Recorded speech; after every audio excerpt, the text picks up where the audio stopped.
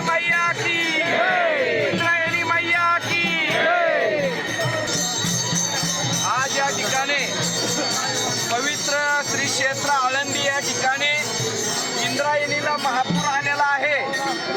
महाराष्ट्र शासन आणि पिंपरी चिंचवड महानगरपालिकेच्या वतीने इंद्रायणी पुनर्जीवन प्रकल्पाच्या माध्यमातून 450 कोटी रुपये खर्च महानगरपालिका करणार आहे। त्याचं भूमिपूजन आज या ठिकाणी मुख्यमंत्री देवेंद्र फडणवीस यांच्या हस्ते होणार आहे। आम्ही सगळे मागच्या 2-3 वर्षांपासून पवित्र इंद्रायणी, पवना आणि मुळा या नदीच्या जी काही अस्वच्छता आणि प्रदूषित नदी होते, ज्यामध्ये मैला पाणी आणि केमिकलयुक्त पाणी सोडलं जातं। आपण तीर्थ म्हणून वारकरी सगळे घरी तीर्थ घेऊन जातो, मात्र ते सगळे मैला मिश्रित पाणी असतं, ते सगळं केमिकलयुक्त पाणी असतं। बंद करा म्हणून ऐका, म्हणून पुणे शहर असेल किंवा पिंपरी चिंचवड शहर असेल, या शहरामध्ये मोठ्या प्रमाणात कारखानदारीचं केमिकलयुक्त पाणी आणि मैलायुक्त पाणी आपल्या पवित्र इंद्रायणीमध्ये सोडलं जातं।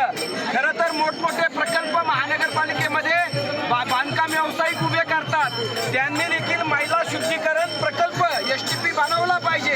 हा नियम असताना ते पाळत नाहीत आणि मैला मिश्रित पाणी पवित्र इंद्रायणीमध्ये येतं। म्हणून आपली मागणी आहे की असे 500 कोटी रुपये नदी सुधारवर जर हा प्रकल्प झाला असता तर या पुरात तो वाहून गेला असता। नागरिकांचे 500 कोटी रुपये इंद्रायणीच्या पावण्याच्या पुरात वाहून गेले असते।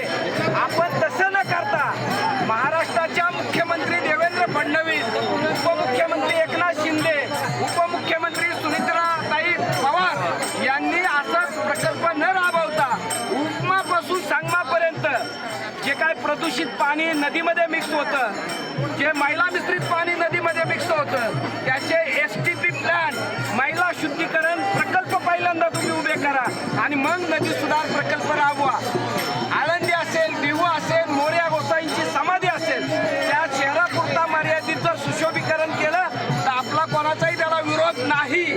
मात्र अशा प्रकारे जनतेचा पैसा नदीच्या काठावरती सुशोभीकरणाच्या नावावरती खर्च करायचा आणि त्यामध्ये STP प्लॅन न उभारता प्रदूषित पाणी सोडायचं, या ठिकाणी मुक्तापुआचं पाणी सोडायचं आणि आपली इंद्रायणी अपवित्र करायची।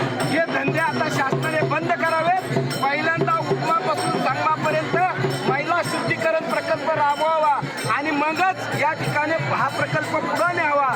मुख्यमंत्री देवेंद्र फडणवीस यांना आमची विनंती आहे वारकऱ्यांच्या वतीने की आपण कृपया हा प्रकल्प आमच्या पिंपरी चिंचवडच्या, पुण्याच्या नागरिकांच्या माती मारू नका, महाराष्ट्रातल्या वारकऱ्यांच्या माती मारू नका, महाराष्ट्राच्या जनतेच्या माती मारू नका। त्यांचे 500,000 7,500 कोटी रुपयाच्यावर खर्च करणार आहे।